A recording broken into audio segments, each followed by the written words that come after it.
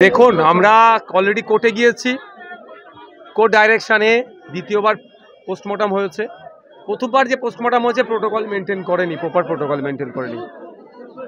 আমরা কোর্টে গিয়েছি, সাথে সাথে আজকে এখানে প্রতিবাদ সভার কারণ হচ্ছে আপনাদের জানিয়ে রাখি, ওই দিনকে রাত্রে যেমন তুলে নিয়ে গেছে তারপরে এসে ওর বাড়ি থেকে বেশ কয়েক ভরি সোনা গহনা এবং টাকা পয়সাও নিয়ে গেছে, সেটা যেমন ফেরত দিতে হবে। এবং আপনারা অবাক হয়ে যাবেন শুনলে, যাদের এফআইআর অলরেডি নাম নেমড হয়ে গেছে তাদের এখনও প্রশাসনের পক্ষ থেকে অ্যারেস্ট তারা করছে না কেন, তাদেরকে এখনও গ্রেপ্তার করছে না কেন? সেই দাবির সাথে সাথে এখানে আমাদের কাছে খবর আসছে ফেক সিআইডি সেজে বাড়িতে এসে ভয় দেখাচ্ছে, চমকানোর চেষ্টা করছে। যখন আইডি কার্ড চাওয়া হয়েছে আর আসছে না। এই যারা এই ধরনের চমকানোর চেষ্টা করছে, এক কথায় যারা দোষী তাদেরকে বাঁচানোর চেষ্টা হচ্ছে, এটা মেনে নেওয়া যাবে না। সেই জন্য আজকে এই প্রতিবাদ সভা। এখানে এই প্রতিবাদ সভা এখানে সীমাবদ্ধ থাকবে না। এই প্রতিবাদ সভা রাজ্যের বিভিন্ন জায়গায় যেমন ছড়িয়ে পড়বে। যদি প্রশাসন দায়িত্ব নিয়ে ওই সমস্ত যারা খুনি অভিযোগ যাদের নামে আছে তাদেরকে গ্রেফতার না করে, তাদের বিরুদ্ধে যথাযথ ব্যবস্থা গ্রহণ না করে, তাহলে কলকাতাতে অবশ্যই আছড়ে পড়বে এই প্রতিবাদ সভা। আপনি একটা কথা বললেন, এই যে সিআইডি তদন্ত দিয়েছে রাজ্য পুলিশের থেকে সিআইডি, এটাতে আপনারা কত?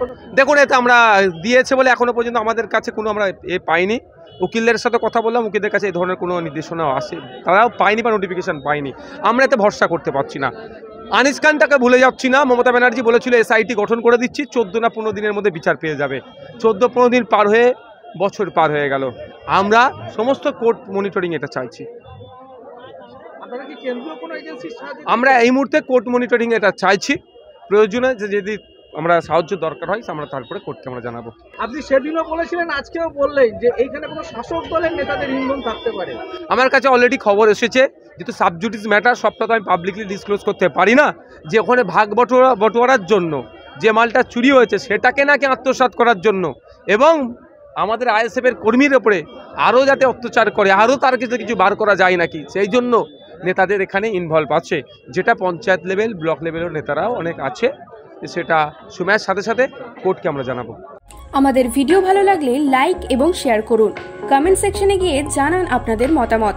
আরও ভিডিও পেতে আমাদের চ্যানেল সাবস্ক্রাইব করুন এবং প্রতি মুহূর্তে খবরের আপডেট পেতে প্রেস করুন বেল আইকন।